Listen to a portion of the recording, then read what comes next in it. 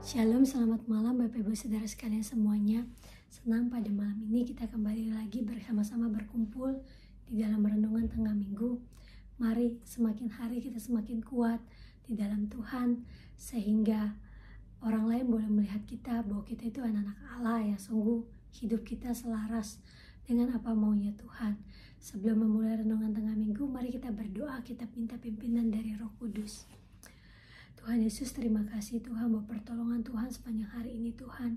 Kalau kami bisa melalui aktivitas kami sepanjang hari ini, itu semua karena anugerah Tuhan Bapa. Tuhan, pada malam ini ada waktu untuk kami merenungkan kebenaran firman Tuhan, untuk kami semakin sama-sama belajar Tuhan, untuk kami bertumbuh di dalam Tuhan Bapa. Bapa, berikan kami hati yang terbuka Tuhan, agar hati yang mau untuk Tuhan bentuk, sehingga apa yang disampaikan itu boleh bertumbuh di dalam hati kami Tuhan. Tuhan Yesus, hamba juga berdoa untuk hamba yang menyampaikan kebenaran firman Tuhan, agar apa yang disampaikan itu selaras dengan apa maunya Tuhan, sehingga semua pendengarnya boleh mengerti kehendak Tuhan, itu boleh disegarkan kembali Bapa. Apa yang disampaikan boleh menjadi jawaban dari setiap permasalahan, pergumulan yang ada Bapa. Hamba menyerahkan renungan tengah minggu ini ke dalam tangan Tuhan. Biar Tuhan yang pimpin kami semua Bapa. Hanya di dalam nama Tuhan Yesus Kristus sama syukur dan berdoa. Haleluya. Amin. Seperti kita ketahui, di dalam bulan Juni ini tema gereja kita adalah membangun keluarga Allah. Pada renungan tengah minggu malam ini saya beri judul yaitu adalah saling membantu membangun keluarga Allah. Keluarga Allah adalah sekumpulan orang percaya. Keluarga Allah bisa keluarga Allah dalam arti gereja Tuhan, seperti sekumpulan orang-orang di gereja seperti gereja Assembly Church, dan juga sekumpulan orang-orang percaya di dalam keluarga yang terdiri dari ayah, ibu, anak, cucu, menantu, mertua. Itu juga bisa kita kategorikan sebagai keluarga Allah, di mana keluarga yang ada Tuhan, ada Kristus di tengah-tengahnya. Di saat-saat akhir zaman ini, iblis begitu gencar-gencarnya untuk menghancurkan keluarga-keluarga. Kalau kita melihat di berita-berita, semakin hari semakin tinggi angka perceraian terjadi di dunia ini. Seperti ketika baru-baru ini berita di Indonesia, mungkin dulu artis itu menjadi seperti pasangan yang menjadi idola, pasangan yang kita lihat keluarga itu keluarga yang bahagia. Mereka melayani Tuhan, mereka bersama-sama. Kalau kita lihat YouTube-nya, vlog daily-nya itu, mereka seperti keluarga yang harmonis. Tapi tiba-tiba ketika kita lihat mereka bercerai, banyak orang bertanya, kenapa mereka bisa bercerai? Kenapa mereka pada akhirnya terkuak berbagai masalah? Ya, itu adalah cara-cara iblis akhir-akhir ini. Karena iblis tahu kalau banyak keluarga-keluarga yang kuat, maka akan melahirkan suatu generasi yang kuat, generasi yang membuat dunia ini, kalau orang-orangnya kuat, orang-orangnya yang baik, maka ya keadaan di dunia ini juga semakin baik. Tapi iblis tidak akan membiarkan itu semua. Demikian juga gereja-gereja Tuhan. Seberapa banyak yang kita tahu saat ini, begitu banyak terjadi gesekan-gesekan di dalam gereja. Ada gesekan dikit, maka bisa jadi terjadi perpecahan di dalam gereja. Itu adalah bisa saya katakan seperti di dalam firman Tuhan dikatakan, itu hal yang lumrah, hal yang memang harus terjadi. Seperti itulah adalah keadaan di akhir-akhir zaman ini. Tetapi mari kita maunya itu bagaimana keluarga Allah itu harusnya menjadi keluarga yang kuat, yang penuh kuasa, sehingga kita bisa memenangi pertarungan, bisa memenangi peperangan dengan si iblis. Di dalam Matius 24 ayat 12-13 dikatakan, dan karena makin bertambahnya kedurhakaan, maka kasih kebanyakan orang akan menjadi dingin, tetapi orang bertahan sampai pada kesudahannya akan selamat. Ya, memang itu di dalam Matius ini memang dikatakan, ya memang hari-hari terakhir itu kasih orang akan semakin dingin. orang yang tadinya mungkin saling mengasihi, tapi hari-hari ini kita melihat begitu banyak orang-orang yang merasa lebih mementingkan dirinya sendiri. Selfish itu, keegoisan itu semakin tinggi. Dan jika kita terus membiarkan hal itu terjadi, maka keluarga Allah yang Tuhan mau, keluarga Allah yang kuat dan penuh kuasa itu gak akan terjadi. Kalau kita membiarkan dan kita menganggap oh itu hal yang normal, itu hal yang lumrah, itu gak akan pernah terjadi keluarga Allah yang kuat. Karena yaitu, kalau keluarga Allah yang kuat, maka akan lahir generasi-generasi yang kuat ke depannya, sehingga kita bisa memperkenalkan iblis. Untuk saling membangun itu bukan hal yang mudah. Membangun itu adalah suatu proses yang terus menerus. Kalau ditanya kapan berakhirnya proses itu, ya kalau kita sebagai manusia, ya proses itu akan berakhir ketika kita mati atau ketika Tuhan datang. Itu berakhir suatu proses. Tapi selama kita masih Tuhan izinkan, kalau kita masih berada di dalam dunia ini, mari dalam mengikuti proses Tuhan untuk kita terus untuk saling membangun satu sama lain. Karena semakin ada permasalahan, harusnya bukan semakin membuat kita semakin hancur, membuat semakin berpisah, tetapi biarlah keadaan permasalahan ada membuat kita semakin kuat di dalam Tuhan untuk kita saling menopang satu sama lain. Tuhan menciptakan kita masing-masing adalah suatu hal yang unik, suatu hal yang bahkan anak kembar pun katanya sidik jarinya aja berbeda, even walaupun mukanya mungkin sama persis, bahkan suaranya mungkin sama persis, tetapi ada Tuhan menciptakan kita semua adalah spesial. Kita semua diciptakan Tuhan untuk suatu tujuan yang mulia, untuk kita hidup, untuk mempermuliakan nama Tuhan, sehingga lewat kehidupan kita orang lain melihat bahwa kita itu adalah anak-anak Allah, kita itu adalah anak-anak pemenang, orang-orang yang dimerdekakan. Kita itu bukan lagi budak, tapi kita itu adalah anak-anak Allah. Oleh karena itu, mari hidup kita selaras dengan apa maunya Tuhan. Hidup kita harus mencerminkan bagaimana Kristus di dalam kehidupan kita. Untuk saling membangun itu, saling itu artinya yaitu ada satu teamwork, ada satu kerjasama. Gak bisa dikatakan saling itu jika hanya si A aja yang bekerja, sedangkan yang B itu hanya menonton, atau hanya seorang ayah yang begitu kuat, begitu gigih, mau memperjuangkan, aku mau membangun keluargaku menjadi keluarga yang cinta Tuhan, tapi anak-anak dan istrinya tidak menopang bapak itu, menopang ayah itu, maka gak akan terjadi keluarga Allah yang Tuhan mau. Atau suatu gereja ingin menjadi gereja seperti tema gereja kita tahun ini, tahun 2002 sampai 2023, dikatakan gereja yang kuat dan penuh kuasa. Gereja itu gak akan menjadi kuat dan penuh kuasa kalau hanya Pastor John aja sebagai gembala sidang yang begitu semangat, begitu antusias untuk mengejar apa yang menjadi tujuan gereja, apa yang Tuhan sudah taruh. Tujuan gereja Assembly Church akan menjadi gereja yang maju, gereja yang kuat dan penuh kuasa, gereja memenangkan maju. Tapi hanya Pastor John aja yang bekerja. Kita sebagai jemaat hanya acuh tak acuh, ya udah, itu kan tugasnya Bapak Gembala. Itu kan hanya tugasnya pengerja gereja. Tetapi kita sebagai jemaat tidak mensupport itu, gak akan pernah terjadi. Tetapi akan lahir suatu gereja yang kuat dan penuh kuasa jika semuanya bersama-sama, baik gembala sidang, board member, semua jemaat, baik anak kecil dari kids church, dari youth kita, dari orang tua.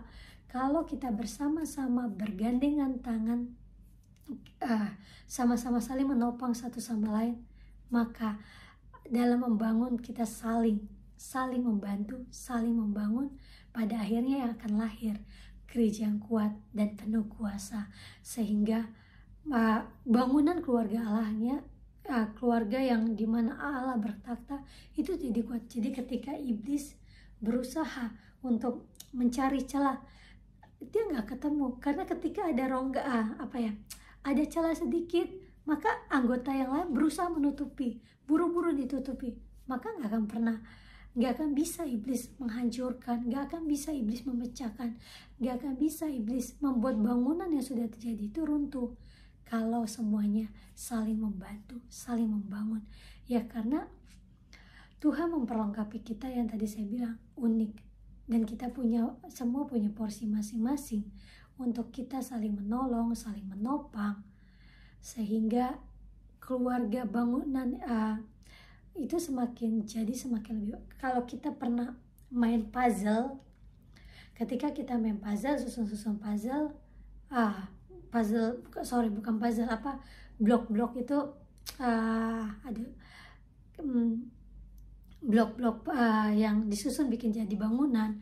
Kalau itu ada satu baloknya kita ambil, mungkin kalau hanya satu baru diambil masih bisa tetap berdiri kuat, tetapi diambil lagi satu, lama-lama yang ada adalah hancur.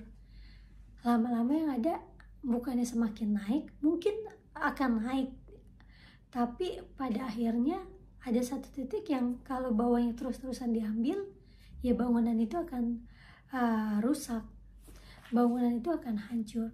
Demikian juga kehidupan kita sebagai anggota di tengah-tengah keluarga Allah. Kalau kita masing satu persatu kita mulai bersikap dingin, bersikap acuh tak acuh, maka yang tadi ketika Pastor John berusaha membangunnya itu nggak akan pernah menjadi bangunan yang kuat. Tapi seharusnya kita adalah saling membantu, saling membangun. Dan untuk itu semua bisa terjadi, kita harus bergandengan tangan, harus saling menopang satu sama lain. Dan yang mengikat ketika keadaan di dunia ini sudah begitu dingin, mari kita sama-sama buka di dalam 1 Korintus 13. Dikatakan di ayat 4, kasih itu sabar, kasih itu murah hati, ia tidak cemburu, ia tidak memegahkan diri dan tidak sombong. Jadi ketika keadaan yang dingin itu harus bagaimana ya caranya supaya keadaan yang kita kan gak mau ketika keadaan di dunia itu kedurhakaan begitu banyak, kebanyakan orang sudah menjadi dingin. Tapi apa kita mau menjadi orang kebanyakan? Harusnya tidak. Kita itu adalah anak Allah. Tuhan Yesus sudah mati di kayu salib untuk menebus kita semua. Maka untuk menutupinya itu kita harus memiliki kasih. Kasih di dalam 1 Korintus itu kan banyak. Pada malam ini saya hanya cuma membahas 3 dari kasih itu, yaitu ketika kasih itu sabar, kasih itu murah hati, kasih itu tidak cemburu. Di dalam keluarga, kesabaran adalah kunci, salah satu kunci untuk membuat bangunan itu tetap kuat, untuk membuat proses pembangunan keluarga itu menjadi lebih mudah, menjadi lebih bisa. Karena kalau nggak ada kesabaran, kita kan tadi kembali lagi, keluarga Allah itu ada sekumpulan orang percaya. Berarti kita semua punya pemikiran, punya karakter, punya hal yang berbeda-beda. Untuk menyatukan itu semua tidak mudah, tetapi jika kita memiliki kesabaran satu sama lain, itu akan membantu kita untuk menjadi elemen yang membuat bangunan-bangunan dalam membangun keluarga Allah itu menjadi lebih cepat, menjadi lebih menjadi lebih kokoh. Ketika iblis berusaha untuk menghancurkan keluarga itu, dia nggak bisa, karena ada kasih, ada kesabaran. Saya melihat kalau banyak kasus yang ketika mertua dan menantu, hal-hal umum dalam keluarga berselisih, kalau tidak ada kesabaran, semua sama-sama, ketika mertuanya marah-marah, menantunya gak sabar, maka akhirnya apa? Terjadi adu mulut, terjadi cekcok, pada akhirnya keributan yang ada, pada akhirnya ya perpecahan, mungkin hubungannya menjadi kurang bagus. Oleh karena itu, yuk milikilah sikap kesabaran, sabar satu sama yang lain. Ketika kita melihat ada yang tidak berjalan sesuai dengan apa yang kita mau atau apa yang kita ketahui kebenarannya, maka kita juga harus sabar dalam hal sabar menegurnya. Gak bisa kita langsung ada yang salah, misalnya di dalam suatu gereja ada pemain musiknya tiba-tiba mainnya udah latihan, udah persiapan, tapi ketika hari H lagi ibadah tiba-tiba ada yang kunci atau dia bermain tidak sesuai. Kalau orang yang gak sabaran ya, langsung tuh kadang mukanya tuh langsung cemberut, yang singernya yang WL-nya langsung, atau WL langsung gimana sih kok gak sesuai, langsung marah-marah seperti itu. Kalau itu terjadi ketika di dalam pelayanan seperti itu, gak ada kesabaran, gak ada kita kesabaran, adanya langsung meledak-ledak, maka itu gak bagus, itu gak baik. Tapi yuk milikilah sikap kesabaran untuk kita sabar dalam hal berkata-kata, dan juga dalam suatu membangun keluarga lah. Yuk kita sama-sama saling membantu untuk dalam hal sabar menunggu waktu Tuhan. Kalau kayak saat ini kita di gereja, kita ada proses pembangunan gereja. Mungkin banyak orang bertanya-tanya, kapan sih selesainya? Kapan sih? Kalau kita nggak sabar, maka pada akhirnya yaitu ketika mungkin ada saling menyalahkan, ada saling jadi saling bukannya membangun, tetapi saling itu meruntuhkan satu sama lain. Itu yang harusnya kita hindarin. Tapi biarlah kita saling sabar satu sama yang lain, sehingga kita saling membantu. Di dalam Efesus 4 ayat 29 dikatakan, janganlah ada perkataan kotor keluar dari mulutmu, tetapi pakailah perkataan yang baik untuk membangun di mana perlu, supaya mereka mendengarnya beroleh kasih karunia. Itu yang tadi saya bilang. Paling yang pertama itu milikilah kesabaran dalam saling membantu, membangun keluarga lah, sehingga kita sabar satu sama yang lain. Yang kedua, ketika dikatakan kasih itu murah hati. Murah hati, ya sama-sama kita buka di dalam Filipi 4 ayat 5 dikatakan, hendaklah kebaikan hatimu diketahui semua orang, Tuhan sudah dekat. Ya, di saat-saat akhir zaman seperti ini, untuk ketika banyak orang yang tadi saya bilang, begitu banyak egoisan, begitu banyak mementingkan diri sendiri, tetapi untuk kita saling membangun, saling membantu dalam membangun keluarga lah. Yuk milikilah hati yang kemurahan hati itu, untuk kita saling membantu satu sama yang lain. Karena ya gak bisa berdiri sendiri-sendiri. Ada di satu sisi orang ini punya kekuatannya ini, tapi dia punya kelemahannya ini, dan si orang yang lain punya kekuatannya ini yang gak dimiliki oleh yang si A, tapi dia punya kelemahan. Tapi jika mereka berdua atau sekumpulan orang-orang itu saling menutupi yang tadi saya bilang, saling membantu, murah hati, maka itu semua akan terasa indah, terasa lebih mudah di dalam gereja ini.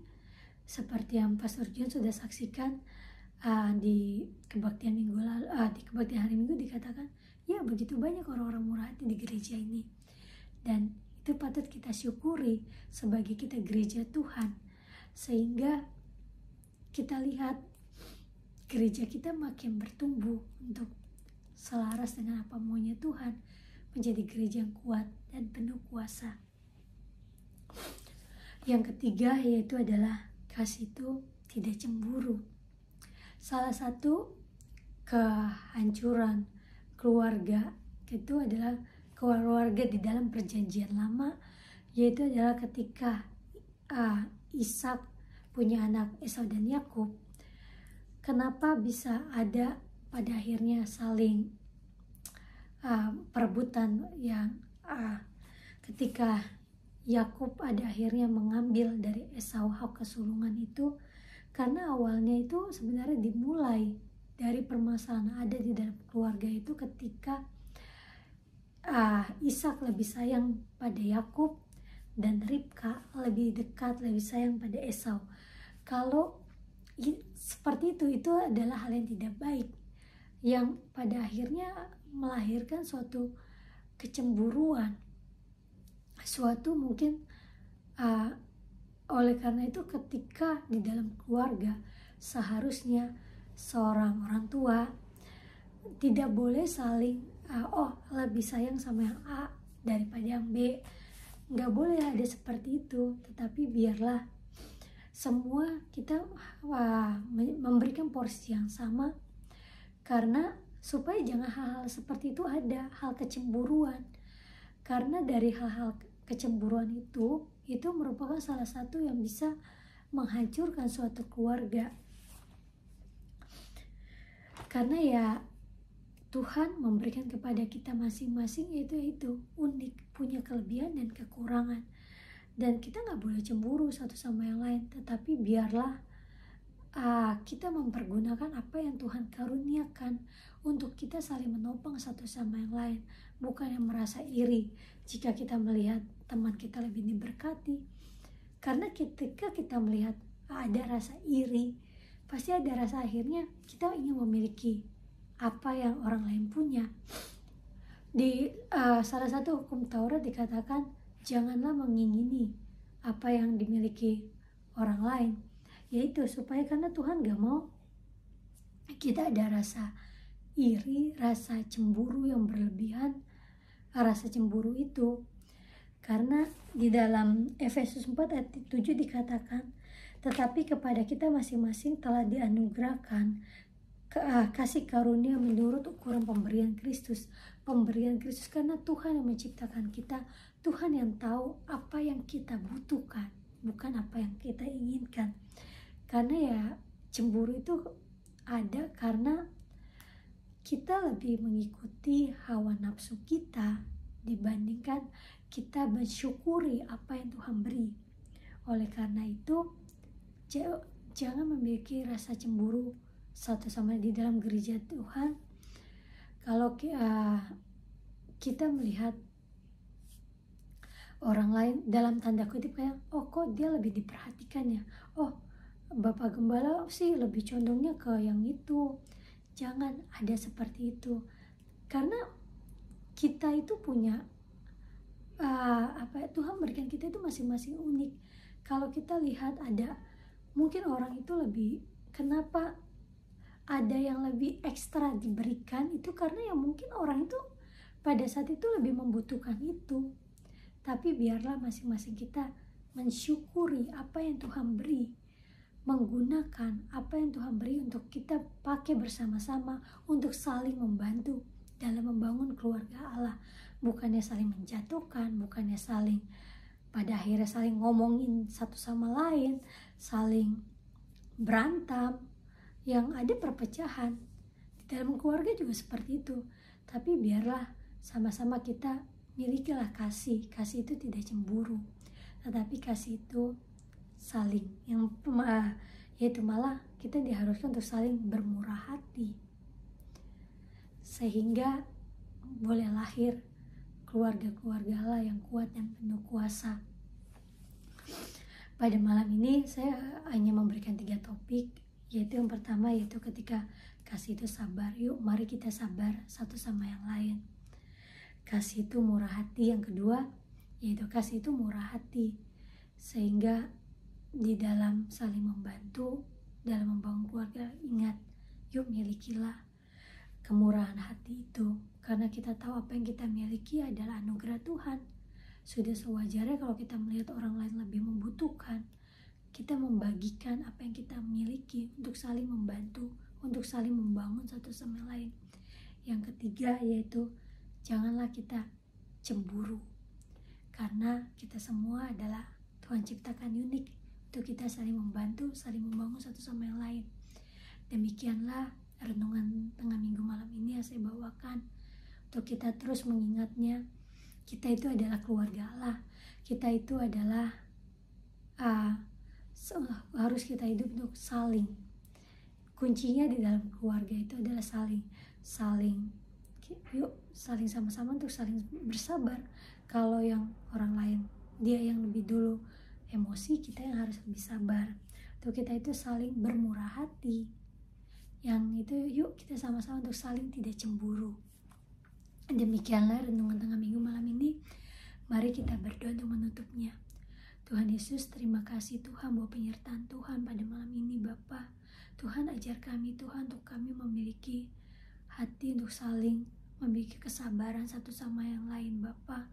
Untuk kami juga saling bermurah hati satu sama yang lain Bapa. Dan juga untuk kami memiliki sikap untuk saling tidak cemburu, sehingga kami mempergunakan apa yang Tuhan berikan untuk kepada kami Tuhan, untuk kami saling membantu, saling membangun di dalam keluarga Allah Bapa, sehingga akan lahir keluarga Allah yang kuat dan penuh kuasa Tuhan, sehingga dunia boleh melihat kami sebagai anak Allah, sebagai orang yang hidup untuk menyenangkan hati Tuhan. Tuhan Yesus, kami menyerahkan kehidupan kami masing-masing ke dalam tangan Tuhan, hanya di dalam nama Yesus Kristus kami syukur dan berdoa, haleluya, amin.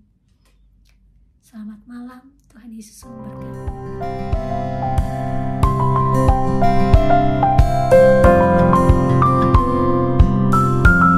Selamat malam Bapak Ibu Saudara terkasih dalam kasih Tuhan. Selamat bertemu kembali di dalam channel YouTube Assembly Church di Sydney. Bapak Ibu Saudara, telah kita ketahui bahwa renungan tengah minggu sudah berjalan sekitar 3 tahun lebih. Dan saya percaya sudah memberikan banyak berkat, pengetahuan, dorongan, pengajaran, dan sebagainya kepada kita semua untuk semakin hari semakin bertumbuh ke arah Kristus. Pada saat kami membuat renungan tengah minggu ini adalah pada saat adanya pandemi COVID, di mana banyak terjadi lockdown dan banyak orang tidak bisa keluar rumah dan mengalami tekanan, depresi, stres dalam kehidupan mereka. Oleh sebab itu renungan tengah minggu dihadirkan oleh Assembly Church untuk bisa membantu mereka-mereka yang sedang mengalami masalah, mereka-mereka yang memerlukan firman Tuhan dalam kehidupan mereka selama hari demi hari dalam masa-masa pandemi COVID yang begitu sangat menekan kehidupan manusia. Menjelang pada akhir tahun ini, kita melihat bahwa COVID-19 sudah mereda dan puji Tuhan keadaan sudah mulai normal, gereja sudah berjalan program-programnya dengan normal, dan saya percaya juga saudara-saudara sudah beraktivitas untuk mengikuti banyak pelajaran-pelajaran firman Allah melalui gereja saudara masing-masing. Oleh sebab itu, mengingat efektivitas dan efisiensi dari pelayanan gereja, maka dengan sangat menyesal, saya ingin mengumumkan bahwa renungan tengah minggu akan dihentikan penayangannya. Mulai pada bulan Juli ini, maka Bapak Ibu Saudara, renungan tengah minggu tidak akan ditayangkan kembali. Tetapi jangan khawatir Bapak Ibu Saudara, karena akan ada gantinya. Assembly Church sedang merancang suatu program lain di channel YouTube dan juga melalui Facebook, sehingga setiap orang yang bisa mengikuti renungan tengah minggu dapat pula mengikuti program-program kami yang terbaru melalui channel YouTube dan Facebook. Oleh sebab itu Bapak Saudara yang terkasih, saya ingin juga mengucapkan terima kasih bagi setiap orang yang sudah membawakan firman selama 3 tahun belakangan ini melalui renungan tengah minggu, dan saya percaya berkat kepada para pembicara dalam renungan tengah minggu akan melimpah karena saudara sudah memberkati banyak orang melalui channel online ini. Demikian juga bagi Bapak Ibu Saudara yang selalu mengikuti channel ini dalam renungan tengah minggu, kami mengucapkan banyak terima kasih untuk perhatian, untuk support, untuk perhatian saudara dalam mendengarkan firman Allah. Saya percaya firman Tuhan tidak akan kembali dengan sia-sia, dan setiap saudara yang mendengarkan diberikan kekuatan, diberikan pemahaman baru, diberikan penghiburan oleh Allah dan Roh Kudus. Terima kasih Bapak Ibu Saudara. Demikian juga saya ingin mengucapkan terima kasih kepada setiap pihak pelayanan gereja yang sudah mendukung channel YouTube ini. Dan oleh sebab itu sekali lagi Renungan Tengah Minggu akan dihentikan penayangannya sampai bulan Juni ini. Dan bulan depan diharapkan sudah ada online pelayanan yang baru, atau mungkin dalam bulan berikutnya nanti akan diumumkan kembali lebih lanjut. Terima kasih, Tuhan Yesus memberkati saudara.